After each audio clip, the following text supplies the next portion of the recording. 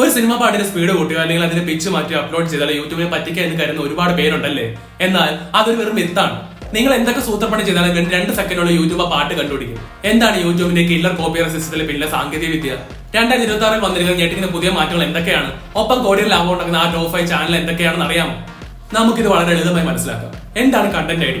നമ്മൾ അപ്ലോഡ് ചെയ്യുന്ന ഓഡിയോയുടെ തരംഗങ്ങളല്ല യൂട്യൂബ് പരിശോധിക്കുന്നത്. പകരം ഓരോ പാട്ടിനെയും മാത്തമാറ്റിക്കൽ നമ്പർ അടങ്ങിയ ഒരു ഡിജിറ്റൽ അക്കോസ്റ്റിക് ഫിംഗർ പ്രിന്റ് ആക്കി മാറ്റുകയാണ് ഈ സിസ്റ്റം ചെയ്യുന്നത്. നിങ്ങൾ പാട്ടിന്റെ സ്പീഡ് കൂട്ടിയാലും ഈ നമ്പറുകൾ മാറില്ല. അതുകൊണ്ട് സിസ്റ്റം ഇത് കൃത്യമായി പോക്കും. രണ്ടാമത്, ശരിക്കുമുള്ള ബൈപ്പാസ് വഴി. പാട്ടുകൾ കോപ്പിറൈറ്റ് ഇല്ലാതെ ഉപയോഗിക്കാൻ ഒരേ ഒരു ലീഗൽ വഴിയേ ഉള്ളൂ, യൂട്യൂബ് ക്രിയേറ്റർ മ്യൂസിക്. ഇതിലൂടെ വൻകിട കമ്പനിയുടെ പാട്ടുകൾ വളരെ കുറഞ്ഞ പൈസയ്ക്ക് ലൈസൻസ് എടുത്ത് ഉപയോഗിക്കാം, അല്ലെങ്കിൽ കിട്ടുന്ന വരുമാനം കമ്പനിക്കായി ഷെയർ ചെയ്യാം. മൂന്നാമത്, 2026 ഞെട്ടിക്കുന്ന പുതിയ അപ്ഡേറ്റ്. ഇപ്പോൾ 2026 യൂട്യൂബ് സിന്ത് ഐഡി എന്നൊരു ഓട്ടോമാറ്റിക് AI ഡിറ്റക്ഷൻ കൊണ്ടുവന്നിട്ടുണ്ട്.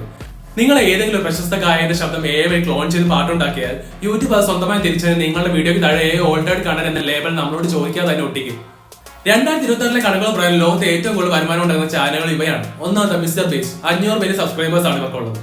രണ്ടാമത് ടി സീരീസ്, മൂന്നാമത് കൊക്കോമെലൻ, നാലാമത്തെ സെറ്റ് ഇന്ത്യ, അഞ്ചാമത്തെ വ്ലാഡ് ആൻഡ് നിക്കി. ചുരുക്കം പറഞ്ഞാൽ കോടിക്കണക്കിന് രൂപയുടെ ന്യൂറൽ നെറ്റ്വർക്ക് ഉള്ള ഒരു അൽഗോരിതത്തെ പറ്റിക്കാൻ നോക്കുന്നത് വെറുതെയാണ്.